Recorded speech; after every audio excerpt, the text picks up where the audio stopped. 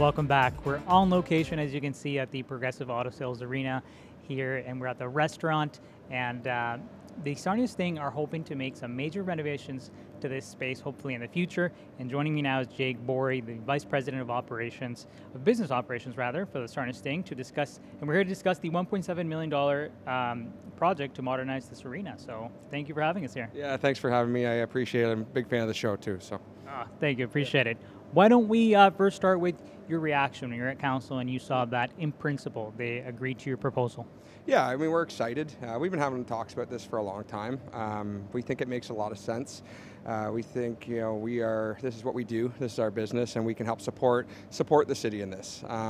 Take that burden off them and really give the fans and the community, an elite experience as it pertains to food and beverage, not only at Sting games, but also for community use as well too. So ultimately just really excited and grateful for the vote of confidence that the City Council has given us.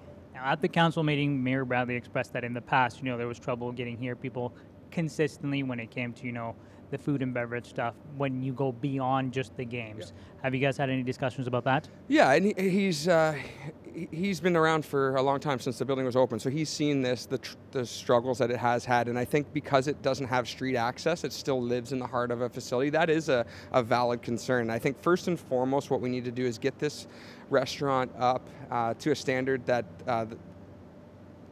it meets our standard for Sting games first and foremost. Inviting space, fun, people want to gather before, people want to gather after, and then we'll continue to build. I think we need to crawl before we start sprinting in that area, and if we can open this up for non-Sting games, for sure. I think you look at this arena on Saturday and Sundays for junior Sting hockey or lady junior Sting hockey or men's and women's recreation, there is a footprint that we can capitalize on. So I think starting with the Sting game, pre and post game, is first and foremost. And then how do we support community events with the restaurant, and then seeing where that goes. But definitely on the horizon. It's a big piece of this whole plan, but we're gonna crawl before we start sprinting, for sure. It's a good idea. I think most people would be excited about the takeout and everything else, so that's pretty cool. Yeah. And let's talk about another big piece of, excitement as part of these renovations would be hopefully someday hosting a Memorial Cup here. So what has been the discussion among, higher up levels as far as that goes? Yeah, it's really exciting. I'll say it again. The credit goes to Mark Guy, Ryan Finch, and David Lagwan, who are investing in this team and investing in this community and investing in this facility.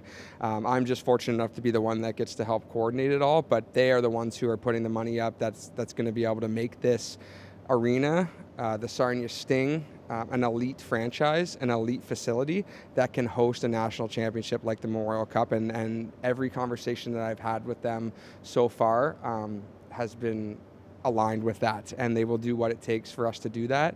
And I'm just so excited, and I'm grateful to be part of it. Now, this is going to take a lot of time and effort and renovations. What do you think is going to be the toughest thing about it? Yeah, it's a great question. It's going to take time. It's going to take dedication. To do this. We talk about doing things the right way, and doing things the right way is putting the extra effort in when it comes to due diligence. Exploring all options, gathering customer feedback, like you mentioned, and then that's just the first part of it. And then we need to actually renovate, getting the drawings and the plans done, and that's not a quick process. So we're starting yesterday to get this going, and we're going to do it the right way. And if our goal is 2026-27, the start of the season, but again, if we need to, it needs to take a little bit of time, and we need to make some adjustments to do it the right way. We're going to do it the right way. So we're on it. We're going to do it the proper way. We're going to do our due diligence. We're going to get proper plans and feedback in place, and we're excited. Did you hear that correctly? End of 2026 season, roughly? The beginning of 2026-27 season. So we would like renovations in the restaurant. The plan is that renovations in the restaurant will start as soon as this season, 2025-26, concludes, and we'll be open for some soft launches in late August, hopefully, and be rolling for the 26-27 season.